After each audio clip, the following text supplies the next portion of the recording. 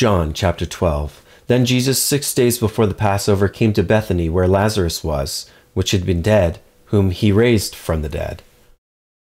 There made him a supper, and Martha served, but Lazarus was one of them that sat at the table with him. Then took Mary a pound of ointment of spikenard, very costly, and anointed the feet of Jesus, and wiped his feet with her hair. And the house was filled with the odor of the ointment. Then saith one of his disciples, Judas Iscariot, Simon's son, which should betray him, Why was not this ointment sold for 300 pence and given to the poor?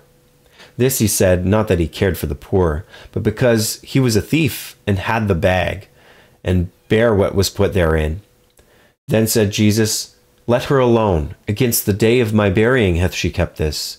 For the poor always ye have with you, but me ye have not always. Much people of the Jews, therefore, knew that he was there, and they came not for Jesus' sake only, but that they might see Lazarus also, whom he had raised from the dead.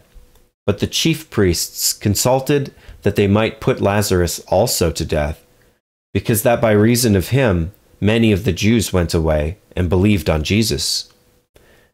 Now the next day much people that were come to the feast, when they heard that Jesus was coming to Jerusalem, took branches of palm trees and went forth to meet him, and cried, Hosanna! Blessed is the King of Israel, that cometh in the name of the Lord. And Jesus, when he had found a young ass, sat thereon, as it is written, Fear not, daughter of Sion. Behold, thy King cometh, sitting on an ass's colt. These things understood not his disciples at the first. But when Jesus was glorified, then remembered they that these things were written of him, and that they had done these things unto him. The people therefore that was with him when he called Lazarus out of his grave, and raised him from the dead, bear record. For this cause the people also met him, for that they heard that he had done this miracle. The Pharisees therefore said among themselves, Perceive ye how ye prevail nothing? Behold, the world is gone after him. And there were certain Greeks among them that came up to worship at the feast. The same came therefore to Philip, which was of Bethsaida of Galilee, and desired him, saying, Sir, we would see Jesus. Philip cometh and telleth Andrew, and again Andrew and Philip tell Jesus. And Jesus answered them, saying, The hour is come, that the Son of Man should be glorified. Verily, verily, I say unto you, except a corn of wheat fall into the ground and die, it abideth alone. But if it die, it bringeth forth much fruit. He that loveth his life shall lose it, and he that hateth his life in this world shall keep it unto life eternal. If any man serve me, let him follow me, and where I am, there shall also my servant be. If any man serve me, him will my Father honor. Now is my soul troubled.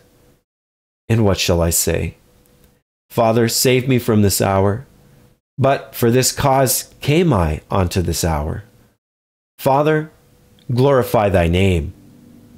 Then came there a voice from heaven, saying, I have both glorified it, and will glorify it again. The people therefore that stood by and heard it said that it thundered. Others said, An angel spake to him.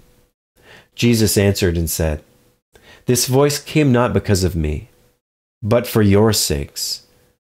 Now is the judgment of this world. Now shall the prince of this world be cast out. And I, if I be lifted up from the earth, will draw all men unto me. This he said, signifying what death he should die. The people answered him, We have heard out of the law that Christ abideth forever. And how sayest thou, the Son of Man must be lifted up? Who is this Son of Man? Then Jesus said unto them, Yet a little while is the light with you. While ye walk while ye have the light, lest darkness come upon you. For he that walketh in darkness knoweth not whither he goeth. While ye have light, believe in the light, that ye may be the children of light.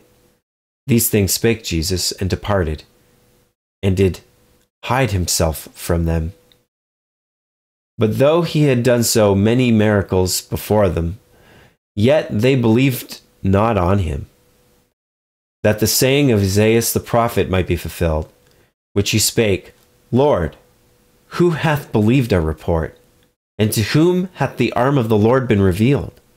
Therefore they could not believe, because that Isaiah said again, He hath blinded their eyes, and hardened their heart, that they should not see with their eyes, nor understand with their heart, and be converted, that I should heal them. These things said Isaiah when he saw his glory, and spake of him. Nevertheless, among the chief rulers also many believed on him. But because of the Pharisees, they did not confess him, lest they should be put out of the synagogue, for they loved the praise of men more than the praise of God. Jesus cried and said, He that believeth on me, believeth not on me, but on him that sent me. And he that seeth me, seeth him that sent me. I am come a light into the world, that whosoever believeth on me should not abide in darkness. And if any man hear my words, and believe not, I judge him not, for I came not to judge the world, but to save the world. He that rejecteth me, and receiveth not my words, hath one that judges him. The word that I have spoken, the same shall judge him in the last day. For I have not spoken of myself, but the Father which sent me, he gave me a commandment that I should say, what I should say, is what he actually says there. I made a mistake. What I should say, and what I should speak. And I know that this commandment is life everlasting. Whatsoever I speak, therefore, even as the Father said unto me, so I speak.